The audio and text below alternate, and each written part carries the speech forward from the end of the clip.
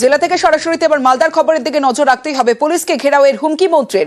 মালদার সাবিনা ইয়াসমিনের রোষে পুলিশের কাছে প্রকাশ্যে ক্ষোভ প্রকাশ মন্ত্রীর। প্রয়োজনে থানা ঘেরাওয়ের হুঁশিয়ারি মন্ত্রীর।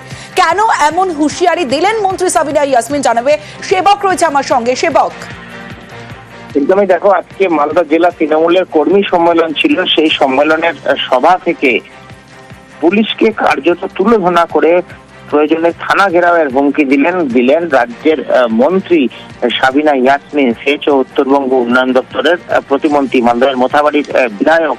তার বক্তব্য যে তিনি বিভিন্ন জায়গায় যাচ্ছেন, সেখানে পুলিশের ভূমিকা নিয়ে প্রশ্নের মুখে পড়তে হচ্ছে।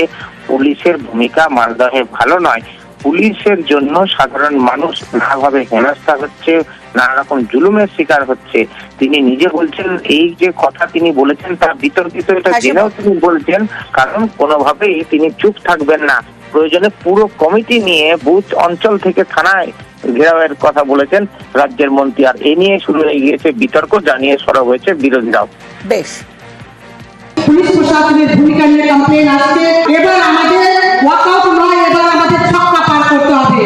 যদি কোনো কর্মীর বিরুদ্ধে আঘাত মানে বা যদি ইলিগাল কোনো মানুষের উপরে যদি পুলিশ প্রশাসনের কোনো ইলিগাল হস্তক্ষেপ থাকে, পাবলিককে যদি হ্যারাস করে, সেই ক্ষেত্রে কেবল অঞ্চল প্রেসিডেন্ট নয়, অঞ্চল কমিটি আপনারা থানায় যাবেন, তবে এরা কিন্তু শিক্ষা পাবে না। যদি উৎসাহে চালিত হয় পাবলিক, সেখানে বুথ কমিটি গিয়ে থানায় যাবে। আমি বলছি